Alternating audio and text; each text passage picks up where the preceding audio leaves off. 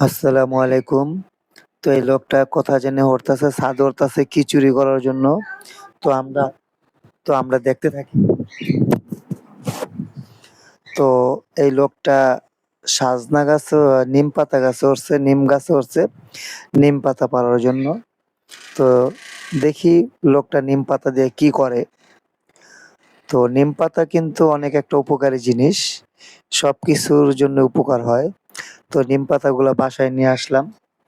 তো নিম পাতাগুলা বাসায় আনার পরে আমার অনেকগুলা পাখি আছে। তা আমার পাখিগুলা নিম পাতা অনেক পছন্দ। তো তাদের অনেক পছন্দ, অনেক খেতে ভালো লাগে তাদের। তো আমারও এই কারণে আমি নিম পাতা পাখিদেরকে এনে দেই। তো নিম পাতা ওনারা খায়। তো পাখি মেইন কথা হলো পাখি যে পালবেন সবসময় শাকসবজি খাওয়াবেন। শাকসবজি খাওয়ালে পাখির কোনো রোগ হয় না।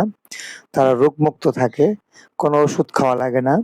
তো আমি সবসময় আমার পাখিকে নিম পাতা, সাজনা পাতা, কলমি শাক এগুলা দিই। এগুলা দিলে পাখির শরীর স্বাস্থ্য অনেক ভালো থাকে।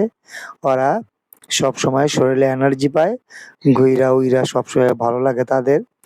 তো একটা কথা মনে রাখবেন, সবাই বলে ওষুধ খাওয়াতে, ওষুধ কখনো খাওয়াবেন না। ওষুধের বিপরীতে অনেক কিছু আছে, শাকসবজি আছে এগুলা খাওয়াবেন। তাদের শরীরে অনেক ভালো থাকবে, ডিম-বাচ্চা অনেক ভালোভাবে করবে। তো আমি কোনো সময় আমার পাখিকে ওষুধ খাওয়াই না। আমার পাখিরা ডিম-বাচ্চা অনেক ভালো করে।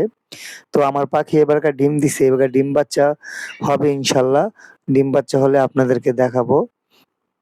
তো আমি মাঝে মাঝে বসে দেখি পাখিগুলা আসলে অনেক সুন্দর করে খাচ্ছে।